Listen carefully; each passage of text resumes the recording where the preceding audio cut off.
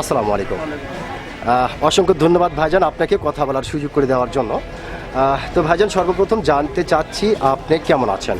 আলহামদুলিল্লাহ। আলহামদুলিল্লাহ ভালো আছেন। ভাইজান আপনার নামটা জানতে পারি? মোহাম্মদ আব্দুর রহমান। মোহাম্মদ আব্দুর রহমান, চমৎকার একটি নাম আপনার, অত্যন্ত চমৎকার একটি নাম আপনার। এবং আপনার নাম শুনে মোটামুটি আপনাকে দেখতেই পারতেছি সামনে, খুব আপনি কিন্তু একজন সাহসী মানুষ।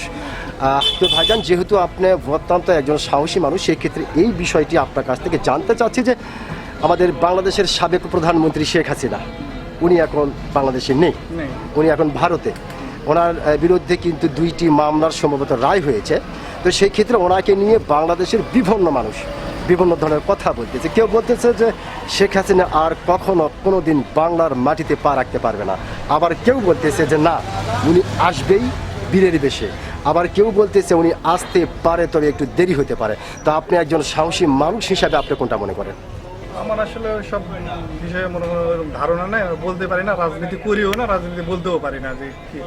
এখন পালায় গেলে সে তো আর আসার মতন কোনো ক্ষমতা রাখে না, স্কোপ থাকে না, এটুকুই বলতে পারি। মনে করেন যে একজন লোকজন চলে যায়, তার আসার কোনো ব্যাক করার মতন চান্সই থাকে না। এখন তারপরে উপরালার খেল, উপরালা কখন কিভাবে দিবে ক্ষমতা বা কোথায় বসাবে, সব একজন উপরালাই বলতে পারে। এটাই সবচেয়ে বড় কথা। অসংখ্য ধন্যবাদ ভাইজান আপনাকে। আপনি যে সত্যিকারের একজন সাহসী মানুষ, আপনি কিন্তু আপনার সাহসিকতার পরিচয় দিয়েছেন। আপনি বলেছেন যে যদি কেউ পালা যায় তার চান্সটা একটু কম থাকে ব্যাক করার।